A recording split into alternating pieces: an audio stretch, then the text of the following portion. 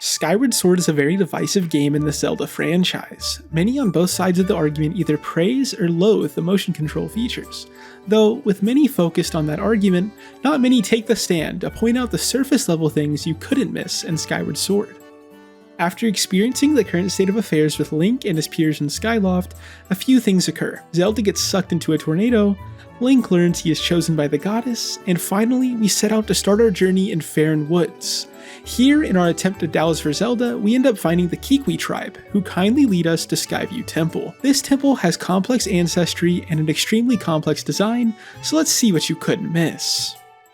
As we enter Skyview Temple, the first corridor is guarded by a few keys, and on top of a ledge, one lone Deku Baba at its back. Comparedly to the Deku Babas we have seen before, this one is clearly a loner, and by the name of this temple, I think we know why. This Deku Baba must have come to Skyview Temple in hopes for a gated community with a view of the sky, allowing it to grow and propagate properly. However, due to it getting extremely lost, the lack of sunlight sent them into their emo era, spending the rest of their days secluded, guarding the switch that would have led them to the sunlight they sought out. For a first dungeon in Zelda, having a rising water level puzzle is extremely odd. In almost every other Zelda game, we typically see these puzzles, but never this early. The reason for this is actually quite simple. It was initially intended for the player to have to swim entirely with motion controls, so the water level puzzle was added to showcase this feature as soon as possible in the game. However, after many beta testers got life-altering injuries due to the breaststroke swimming required, an overhaul to swimming was done, leaving this early water segment as a remnant of the past. The mini-boss of Skyview Temple is the Stalfos. This enemy, while intimidating, is very odd. All they seem to do is guard with no hope of inflicting a counterattack. While at first this seems to be intentional, this is actually due to the Stalfos' reaction time. When measured, their visual reaction time is 500 milliseconds, leading them to take up a luck-based fighting style instead of reaction-based. In their mind, a 50% chance to block an attack is better than relying on their 500 millisecond reaction time. Though, unfortunately for them, they are so stuck in the gambler's fallacy, they cannot recognize that their luck-based fighting style is easily turned to 0% by anyone who is slightly patient and swings wisely. With the Stalfos defeated, we unlock a very unique and surprising item. The Golden Beetle is extremely unique when it comes to boomerang type items in Zelda, with the closest we see in other Zelda games being the Seagull pairs in Wind Waker. However, its uniqueness is not why we should be surprised. The crazy thing is that the Golden Beetle is Beetle's great-great-great-great-grandfather twice removed. The fact Beetle's ancestry is so diverse he has one of Link's items in his family line is pretty weird, but with Beetle's occupation being a merchant, it's not too surprising. The eye sentries that gate off chests in the dungeon are a really unique and interesting way to utilize the motion control features in Skyward Sword. However, while many attribute this mechanic's inspiration to Mario 64's Mr. Eye, it's actually inspired by carpal tunnel, where doing the same motion over and over can harm a person's body. As we reach the end of Skyview Temple, we come face to face with Girahim. While we don't know much about him yet, we do know he would have made it to Skyview Temple after or at the same time we did. This is due to the cutscene we see of him in Faron Woods moments prior. Though the oddity is that majority of the doors in this dungeon were locked with keys, leaving Girahim little to no time to get ahead of us, assuming he's using the same path we took. His ability to reach this chamber before us implies there are two 1-to-1 mirrored interiors of Skyview Temple, one of which we were in and the other Girahim was in. Knowing this, it's no wonder Girahim got through the puzzles faster than us, because with his innate projectile magic abilities, he was able to sequence break the Golden Beetle entirely to get to the final sanctum much quicker than we could ever hope to. With another stone tablet from Skyview put into place, we make our way to the new Pillar of Light, Elden Volcano. Here we meet the Magma people, who not only let us know Zelda crossed this path, but gift us the digging mitts as well. These allow us to dig for the key to the Earth Temple. This dungeon, with its round and fiery aesthetic, has plenty of things you couldn't miss. As soon as we make it inside the temple, we stumble upon one of the two Magma we saw before we entered the temple, Cabal. Though, as we talk with him, many realize how odd it is he dug through the entrance without hitting a pocket of magma. The dangers of digging with so much lava all around is immense. However, due to us seeing no burns on Cabal or lead, we can assume the Magma have a defense mechanism against extreme temperatures. While you can't see it clearly, the Magma protect themselves from lava with a tiny layer of air all around their bodies, keeping their body insulated. The main gimmick of this temple is the giant ball we utilize to float across the massive pools of lava all across this dungeon. This technique is possible due to Link's amazing balancing skills. Though, why does Link even have these balancing skills to begin with? If we think back to the intro scene, we were told Link was a major slacker when it came to his Loftwing training, meaning during his designated practice time, he must have been doing something else that contributed to this skill. The only explanation is Link constantly practiced many party tricks during this time frame, all focused on balance. Link's plan to utilize these skills was to impress Zelda and make her laugh, but weirdly enough, this balance training was the last thing the goddess required before Link was ready to take up his position as the chosen hero, thus cutting his plan short. Lizalfos usually are just lizards who get minor mini-boss appearances in every Zelda game. However, for some reason, the room we fight the mini-boss Lizalfos in makes the fight feel more important than it is. While this is probably due to the room being the most ornate and cool-looking room inside the entire temple, there's probably a good reason a room of this caliber was given to these two Lizalfos. These two lizards actually had a unique mutation that allowed them to hear each other's thoughts. While this usually made them an unstoppable force, during their fight with Link, one was dumbfounded Link made it across the lava lake purely on a ball alone, and couldn't stop thinking about how improbable it was Link made it into their room. Their thoughts about the probability of this occurring grew so loud it distracted both of them and caused them to only fight at 20% concentration at the level of an ordinary Lizalfos. After being given the bomb bag by Led, the intended path through the rest of the temple is through a tunnel guarded by a pretty inconspicuous wall. Though as usual, in the lava river that follows, we encounter magma spumes. These creatures are round in shape with eyes protruding from their heads. These eyes, however, are not very good at sensing light, leaving many lava spumes severely farsighted. Due to this blindness and the magma spume's shape being similar with the ball Link rolls on, they actually confuse the ball with another one of their kind when it gets close. While it's odd they start to run away from their presumed peers, that instinct is actually just a part of the magma spume's culture, where they have an eternal game of tag that is constantly played. The boss of the Earth Temple is Scaldera. This boss is very simple, running with the feed the boss a bomb then attack cycle. However, its description as a pyroclastic fiend is a little wrong. While the pyro and fiend's meanings make sense, clastic is defined by the definition made up of fragments of pre-existing rocks. While this may be somewhat accurate, when majority of people think of rock, they usually think of smaller rocks than what we see on Scaldera. Therefore, the name change I suggest would be Scaldera Pyrobigclastic Fiener. With the final ancient tablet in place, we make our way to Lanayru Desert. We quickly learn of how lush and vibrant this area used to be with the power of the Timeshift Stones, and also about the ancient robots who inhabited this land. The info and power these Timeshift Stones gave us allow us to head into the Lanayru mining facility. This dungeon, compared to many others, is very shifty, but still has some things you couldn't miss. As soon as we enter the dungeon, we come across a phenomenon that was even seen outside of the temple. It seems to be common for the robots to build many sarcophaguses for what we can only assume to be their fallen robot brethren. While this is sad, we can actually glean a lot about the passed on robots from what is left in their coffins. Usually what we find are from this list: small keys, green and blue rupees, and amber relics. These all might seem a little unrelated, but one thing they all share in common is their shiny appearance. This must mean that the leading cause for death in the ancient robot race is caused by Fool's Time Shift, which is a name given to any items the robots can easily confuse for their power source, the Timeshift Stones. Though ironically, the recent misplacement of Fool's Time Shift in the once fuel chamber is so common is due to the monotony of mining for Timeshift Stones day after day. Speaking of Timeshift Stones, the ability they give us to go back in time is extremely powerful, though it feels a little odd that just striking these stones is what seems to cause the change in time. What must be happening is within the crystal structure of the Timeshift Stones themselves. If we zoom in, what we can see is a clear visual of what occurs when we strike the crystal. Clearly, when we strike the crystal, we utilize the slip system within its crystal structure, aligning the molecules, allowing for the timeshift energy to flow throughout the crystal and vice versa. One of the many technologies we see in the facility are these conveyor belts that are used to transfer raw timeshift ore all across the mines. Though one oddity we notice are the many stamina fruits that trickle through the conveyor belts in unison with the ore. While it clearly would be known that these fruits would be commonly found alongside timeshift, the repercussions of having these inside your transport system wouldn't be known till now.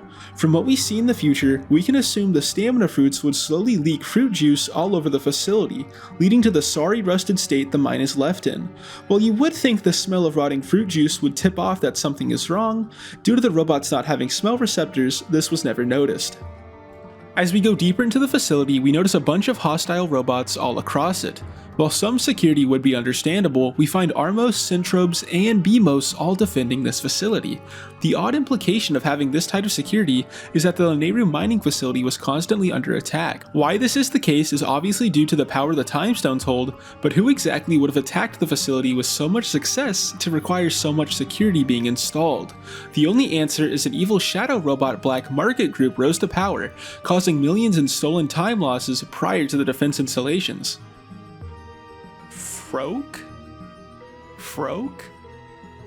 Moldarak is a really cool boss fight that integrates the main item of the dungeon, the Gust Bellows, in a really interesting manner.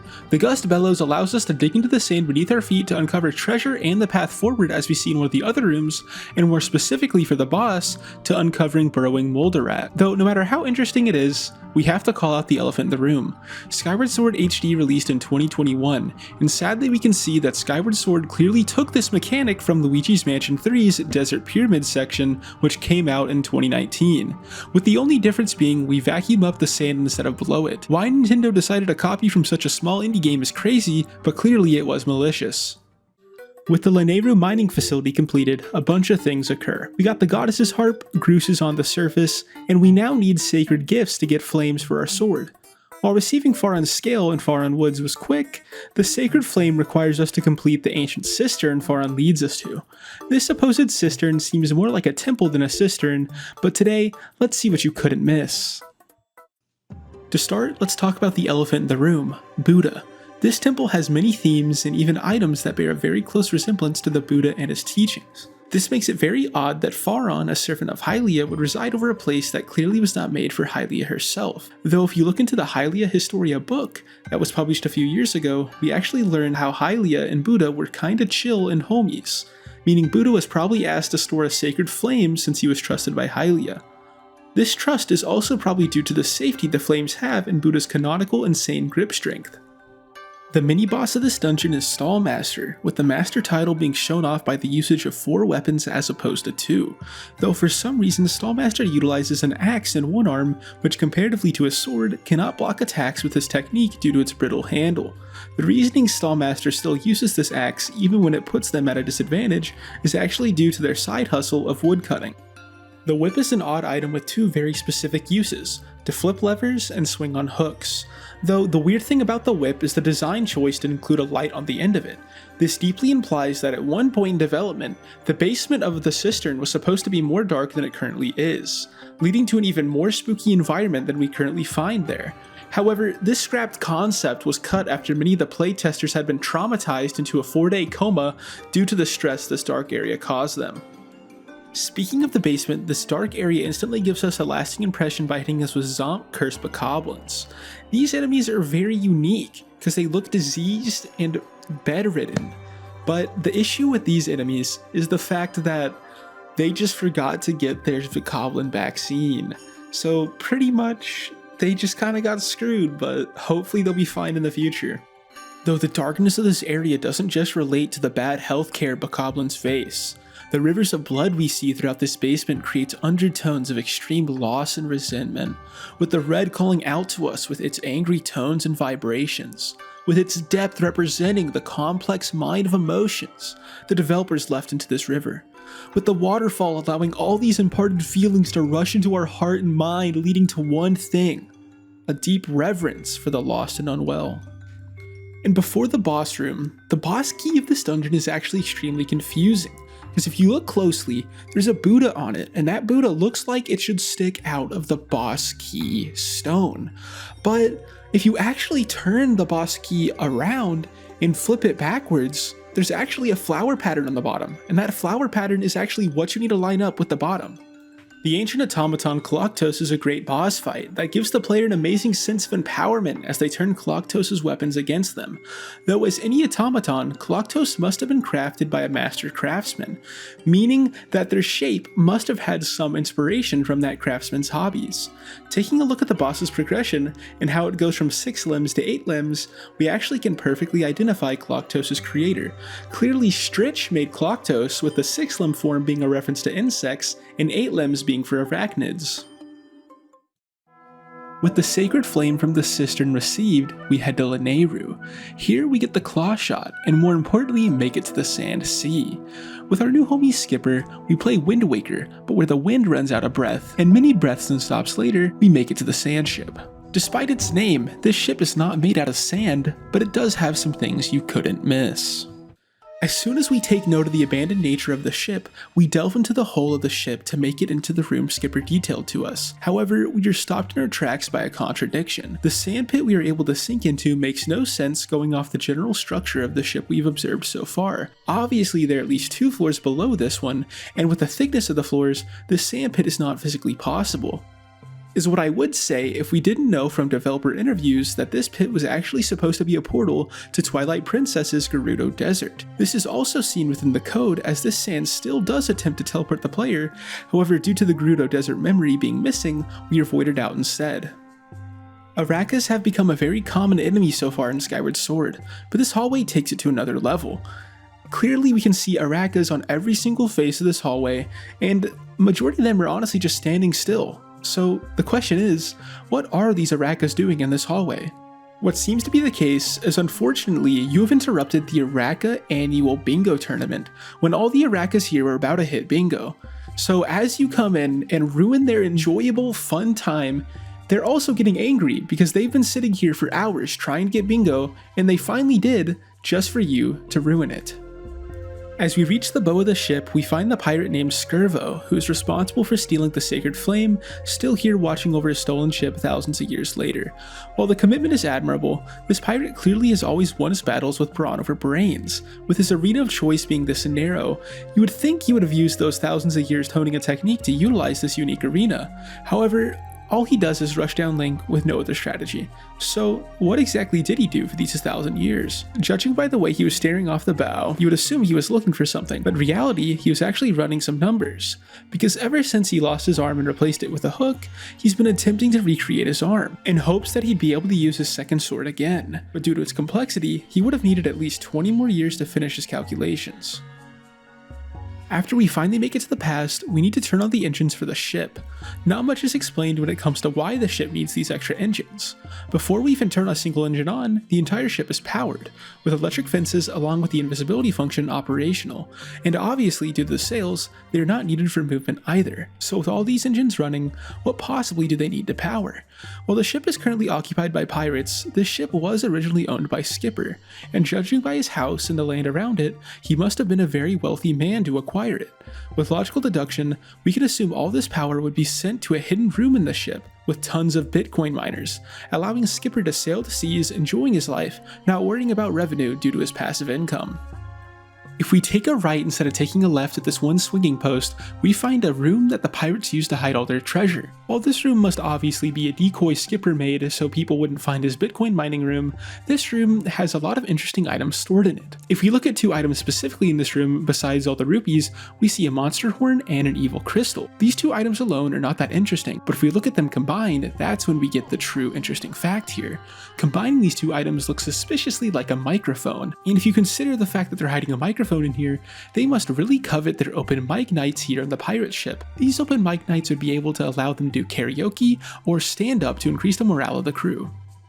The abyssal leviathan Tinilus is a very sad creature, because no matter how hard it tries to be intimidating and scary, it can't possibly do so. Why this is the case is really odd, especially since they aced all their scare classes back in college. What seems to be the case is Tinilus is suffering from an extremely bad physique problem. If you look closely at Tinilus, the head shape, while that is hereditary, it's not the end of the world, right? Like, yes, having an extremely round head does give you a more cute vibe or a cute aura, but Tinilus has one other major issue: the body shape. Tinilus clearly hasn't put much effort into its physical body physique, because the body here, Tinilus is honestly extremely out of shape. And if we think about it, someone who's more in shape would definitely be more intimidating. So hopefully in the future, Tinilus will get into the gym, start working out a little bit, and maybe with their physique being a little more rigid and rock-like, that could give them some of the scary features they desire. Before we end this video, I regret to inform y'all a mistake has been made at the beginning of this video.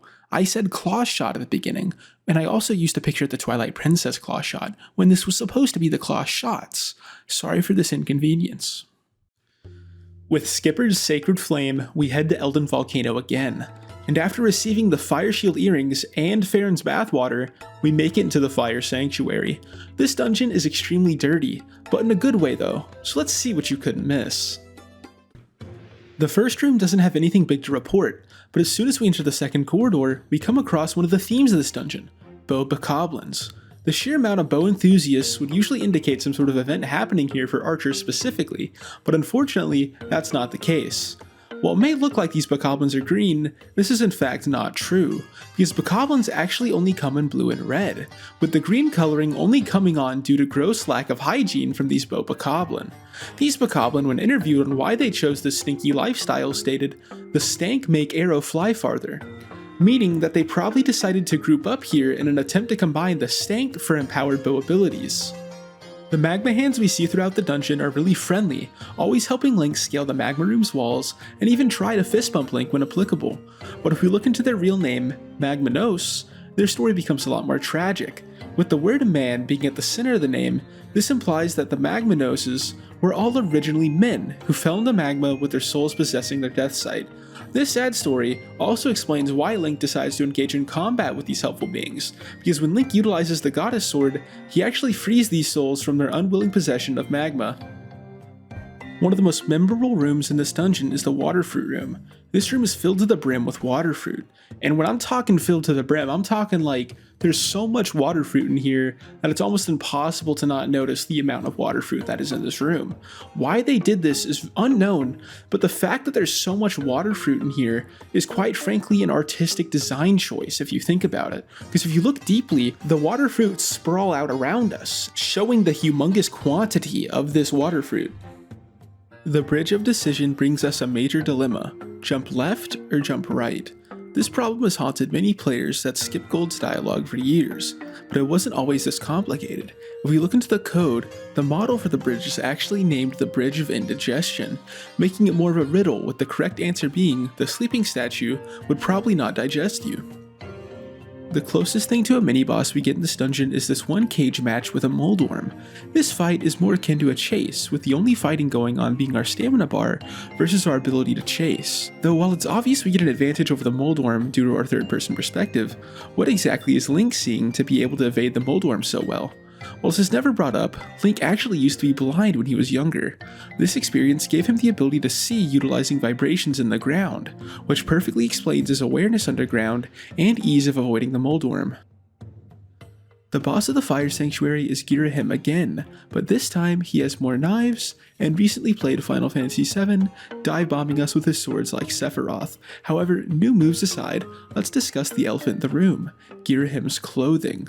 Many have joked about his questionable fashion choices, though many of these people haven't thought to look into why he has this choice of attire. The reasoning falls to his acquired strength from being loyal to Demise. This strength we see in many ways, however his ability to teleport is the main cause of his clothing choices. When he teleports, he can only teleport his body and specifically made clothing, nothing else. This means when teleporting, he removes all the air in his lungs with no way of keeping a breath within him. To counter this, Girahim was also given the power to diffuse oxygen into his skin by Demise, nullifying his weakness, but removing all ability to wear armor or normal clothes. With all dungeons but one cleared, we need to go ahead and clear the final one. But to do so, we actually have to find the final dungeon. Meaning we need the Song of the Hero. Meaning we need to see what you couldn't miss while finding the Song of the Hero. First but not least, we need to find Lanayru, which we sadly find dead with only their skull and bones remaining. Though luckily for Lanayru, we can save him, through the usage of Life Fruit and a little bit of time travel, all being done with the power of the Gate of Time. Though one oddity is Groose, when we come back to the present, acts as though this tree is new, even though due to time travel, he should be ignorant to the fact this tree used to not be there. This canonically confirms that Groose is a being that transcends time, and merely puts on the dumb brute act to go along with Hylia's plan for Link. And now that we're talking about Hylia's plan, let's discuss how she planned to kill Lanayru. While this does sound crazy, if we turn forward time after we save Lanayru from their sickness, we no longer see remains. And without these remains originally, we wouldn't have had the knowledge that Lanayru was even here in the first place. Meaning Hylia, to aid Link, actually poisoned Lanayru, killing him, just so Link could have a hint helping him fulfill his destiny. So in short, Hylia killed someone due to her thinking Link is dumb and needed this hint. Heading to Eldin Volcano, we now must get into contact with Eldin himself, but unfortunately, while we were gone, Bokoblin invaded the region, establishing martial law and naming the new country Bokoburg. This country's regime is extremely corrupt, with usually many passerby even slightly within their borders being taken to trial. Most trials for anyone other than Bokoblin usually end in a life sentence, with civility even for Bokoblin cases being non-existent because usually cases are a screaming match and whoever's attorney is loudest wins. Though even with a system as corrupt as this, the fact Bokoblin even created a dysfunctional society is kinda goated. Now that we have finally made it to Eldin and his chamber, something becomes immediately clear.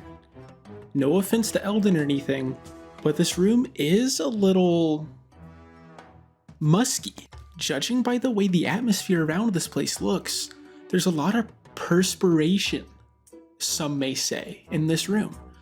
And while I don't want to immediately assume it's Eldin, because he is a fire dragon or lava dragon, so I don't want to, put that onto him, because bro probably has a lot of temperature reducing techniques, but just by the aura this room gives off, I kind of think bro chose a room that's a little too hot for him, and he might be, sweating a little bit, and some of that perspiration's kind of in the air right now. Like, you saw him come out of the water right there, there's a lot of smoke coming off of him, which I would assume to be perspiration, and I don't know, I'll let you all be the judge. Do you think Eldin a little bit sweaty in here, or is that just me?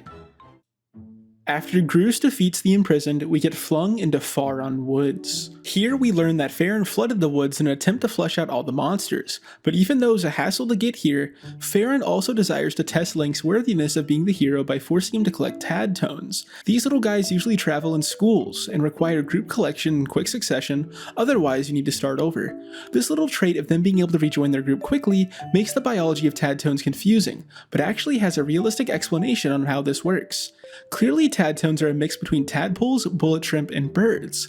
Tadpole genes define their shape, bullet shrimp genes explain their burst of speed returning to their group, and finally, the bird genes define their internal compass towards their school of Tad Tones.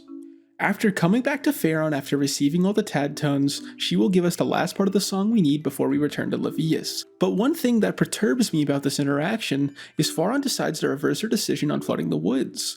Her whole purpose for doing this was to remove the monsters, and if she unfloods, the monsters are just going to come back. To understand this, I decided to define what Farron thinks monsters are, and obviously while Bokoblin are in there, I think the main monster she might have been referring to is the Kikwi Hermit. The reason she's defining the Hermit this way is from the info the Hermit gave Link earlier in the game when Farron told him distinctly not to, thus causing Farron to seek petty revenge by flooding the Hermit's forest, though at the end she does decide to go against this because she understands that Link was the true hero in the end.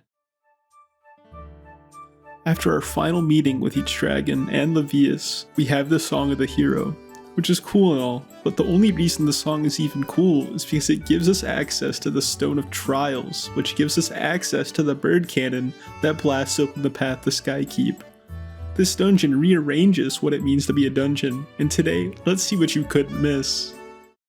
The first room in the dungeon makes a massive first impression. Not only are there impressions in the walls, but by examining the map in the first room, it becomes pretty obvious we're going to need to shift this dungeon around a bunch. While one minor inspiration for this mechanic would be from Wind Waker's slide puzzles, the main inspiration is obviously from Slippery Ice. While a lot of this dungeon feels like cut rooms from prior dungeons, one feature sets it apart, being the singular small key in this dungeon as opposed to the many we see in prior dungeons. And not to mention, the fact this key is also preceded by Dreadfuse can give us a glimpse into an alternate timeline. Since Dreadfuse got here before us, if he decided to grab the key and take the Triforce for himself, well yes, he might have been able to defeat Demise. Who knows what weird dreams Dreadfuse would make come true with this power. With the required key gained, we finally can start assembling the Triforce, with the first being the Triforce of Courage, which is acquired by the completion of a gauntlet. This gauntlet, while many falsely believe is a test of courage for Link, was actually put in as a reference to a cut final item we would receive in this dungeon. That would have been a gauntlet akin to the gauntlet seen in OOT, allowing us to throw Skykeep into the sealed grounds. The next Triforce we acquire is the Triforce of Power, which aptly is located at the end of a powerful, lazy lava river. Though unfortunately, I just lied, and this isn't apt at all, bringing into question why Hylia would put the most powerful piece of the Triforce in such an unpowerful river, which, when it comes down to it, is simply because Hylia loves irony, also explaining why she would choose Link as the hero instead of someone stronger like Groose, because it's more ironic if someone weak defeats Demise instead of someone more apt for the job. And finally, the last Triforce, the Triforce of Wisdom, which, comparedly to the Triforce of Power, is actually located in an apt location. With time shift stone technology being utilized for the trial, only those who are wise can receive the wisdom. But, with this location being the most complex in the whole dungeon, one thing is clear. The complexity of this room is actually an objectification of Hylia's inner complexities while sealing away the Triforce, with the stress of the choices she needed to make for the future needing a complex room such as this to be represented properly. The Triforce has been assembled and Demise sealed with the Skykeep itself, but unfortunately we didn't seal the Gate of Time, which caused Ghirahim to come back, which caused him to capture Zelda, which caused Demise's resurrection ritual to start in the past, which now means we are fighting a horde of bokoblins. This horde has been summoned utilizing Ghirahim's magic and is a very aggressive bunch, attempting to trap Link within a mosh pit of cleavers. While the tactics don't deviate much from the normal, due to the bokoblins' long history of cage matches, their physiology during these enclosed fights changed dramatically. So much so that it has been said that a group of caged-in bokoblins could lift a mountain only if they weren't in a cage. Though, luckily for Link, this strength doesn't bleed over into their health pools, so the Master Sword still solos.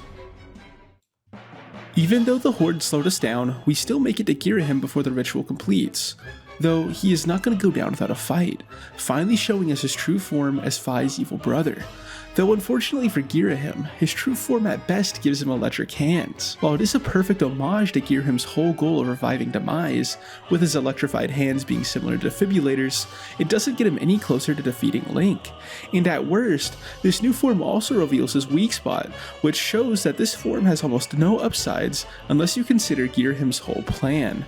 Since his plan is to revive Demise, no wonder he would take a form that would hurt him instead of help him, because it gets him as close to his demise as possible. And finally, though Ghirahim almost meets his demise, we instead get to meet Demise, which is Ghirahim's demise he revived. Standing face to face with Demise, obviously we come back later after getting potions, but more importantly, we can see his arrogance. This becomes even more apparent once we engage him in combat, with the techniques he uses being very baseline, with Demise only having a simple 3-hit combo while blocking with his sword as well. While in the second phase he does start to utilize lightning to attack, but one thing becomes blatantly clear: Demise has never needed to beat anyone in combat with strategy due to his overwhelming force. While this could just be due to a lack of combat techniques utilized before he was sealed, meaning he never had time to hone his skills with the new techniques, when Demise comes face to face with Link's parries, he is dumbfounded, and at this point, he should have studied up before even challenging Link with their 800-year gap in fighting research and development. Though even though Demise meets his demise here, he should hold his head high, because even standing a chance against Link when the concept of parrying doesn't compute for him is an amazing feat. And that is the end of Skyward Sword, what you couldn't have missed. If you enjoyed, you know what to do.